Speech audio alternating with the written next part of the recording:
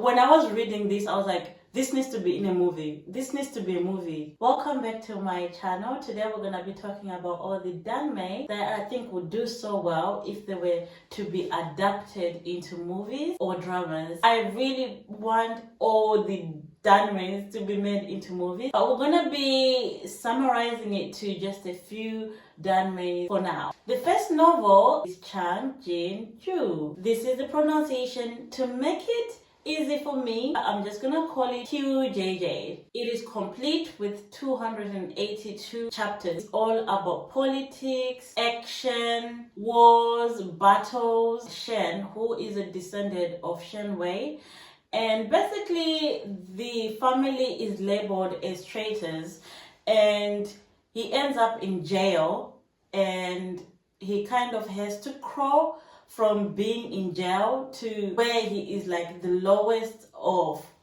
like he's practically a slave, and someone basically has to buy him out of being in jail. And for some reason he's not executed with the rest of his family, but by some luck or another, the Empress Dowager ends up saving him, and his execution is then delayed. Chao is from a family that actually hates Shen's whole clan, and at one point he actually wants to kill Shen. Like, it's not even a pretend like enemies to lovers, like this is true enemies. Like, I want to kill you today, enemies.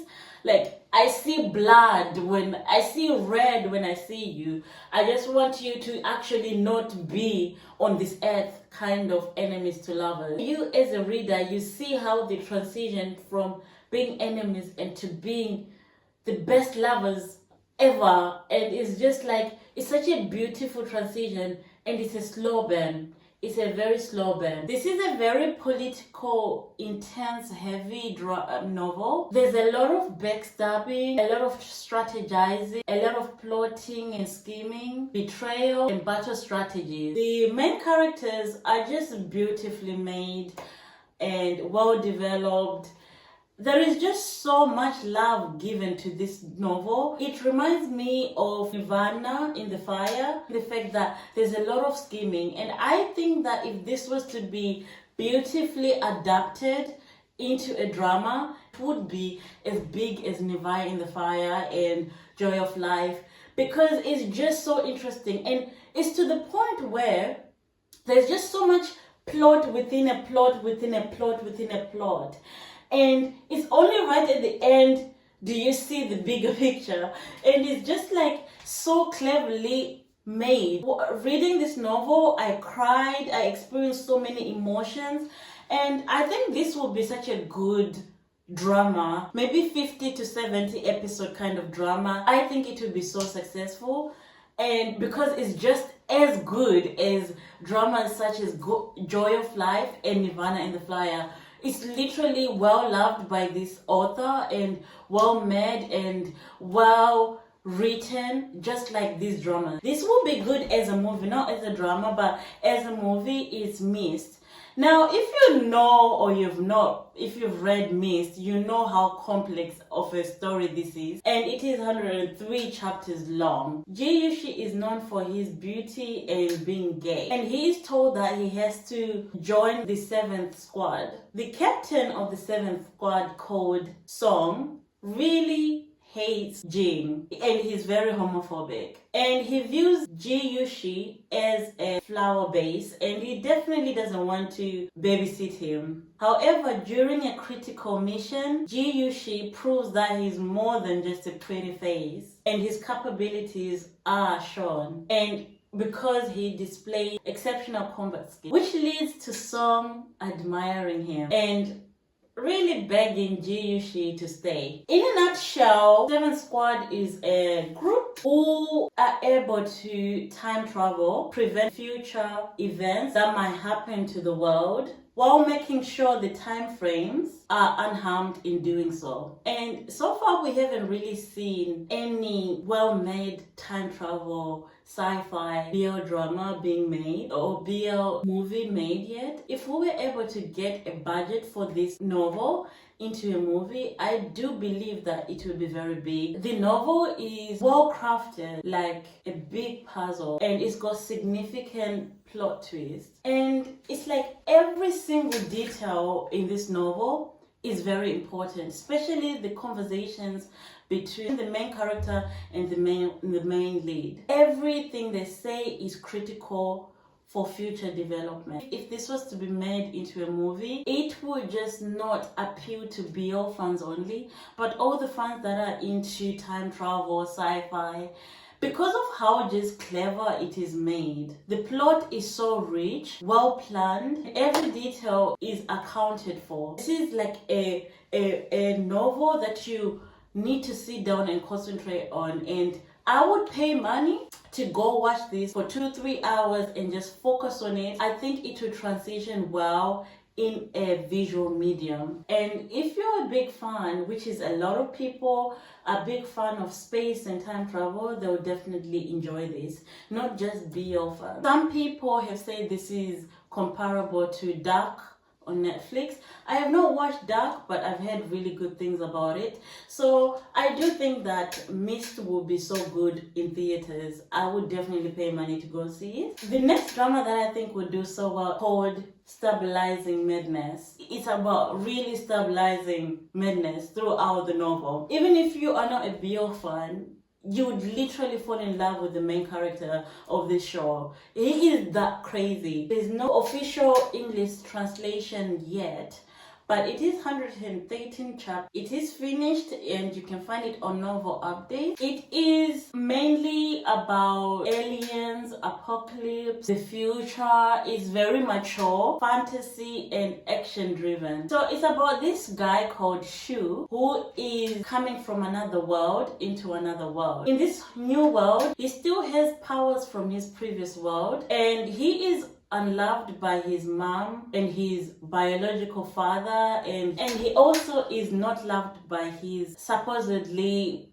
fiance. It's very hard to really summarize the story without spoiling it very much, but basically he goes from being a nobody to being like a general, and you kind of see his journey to that and how different he handles situations. This story is an anti-hero protagonist, so he's not here to be nice. He's not really that kind of character. He's an anti-hero. This story is set in a very like interstellar futuristic world, and there's also royalty, and I think that it would do so well provided that we get the best actor for this role. Like, he has to act his socks off to really embody this crazy man who is mad. Just to see that madness in TV and in real life would just be like mind-blowing. And I feel like if an actor was able to carry and embody Chu as a character,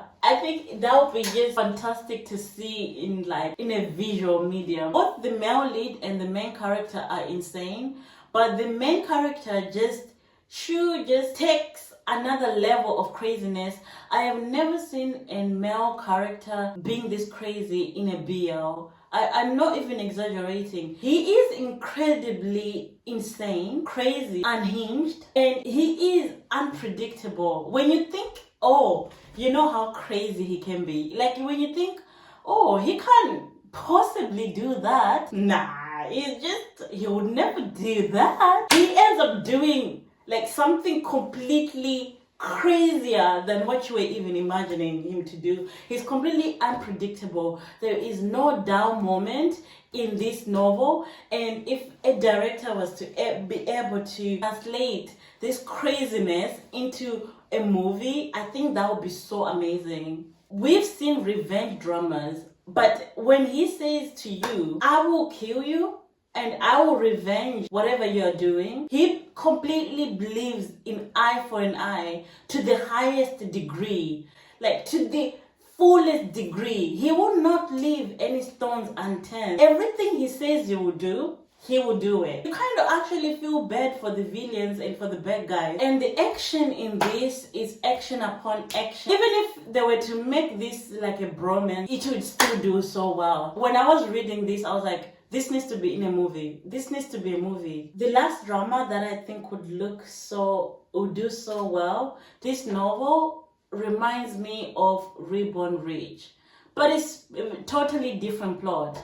But it's similar in the way that it focuses on business and revenge and money and going back in time. This novel, this Danmei, is called Little Madman's Guide to Acting Good. It is a very psychological revenge drama. It's basically about a young man called Shen who is reborn to when he was 18 and when he was a troublemaker in the Shen's family. And the period where it goes back to is when everybody's healthy, everybody is rich, and this family still hasn't lost their wealth yet. But he has memories of the future, and because he is reborn and goes back to the past of when he was 18, everybody kind of underestimates him. Everybody thinks he's stupid, he's spoiled, he's still that young master that everybody knows. And he kind of lets his enemies continue to think that he is that way for a very long time. Eventually, he does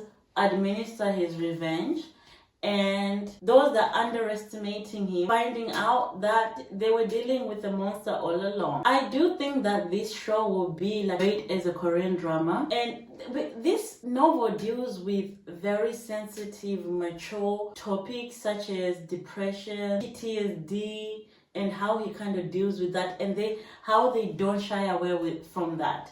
I always wondered when people go back in time how they can just swiftly leave back in time with the same memories of the future and still not be affected. And this story really shows you how it is difficult, right? If you have seen a lot of bad things happening in your life and you've experienced that, even though if you go back in time, you still have those memories. You also see how he deals with his family and how he never really was close to his family, and how both his family and him, they have to like kind of meet in the middle. And this it will be so beautiful as a drama because it's not just romance focused, it's also about other parts of him, like his family, his mental health, and other parts. And it's not just him falling in love. As a drama, it will definitely keep you at the edge of your seat. Like every episode, they would like reveal like a layer of who's the villain, and like I can see how like every day, like every episode would go on like online, and then we'd discuss, so who's the villain, who do you think like caused all the bad things, like who's the bad guy. And I think that it will be so interesting because you kind of have to piece things together to kind of find out who's the bad guy, because even though he's coming from the future, he doesn't know who ultimately is the bad guy. He doesn't know. And although he's coming from the future, he's not OP, so he's not overpowered. He has some knowledge but not full knowledge.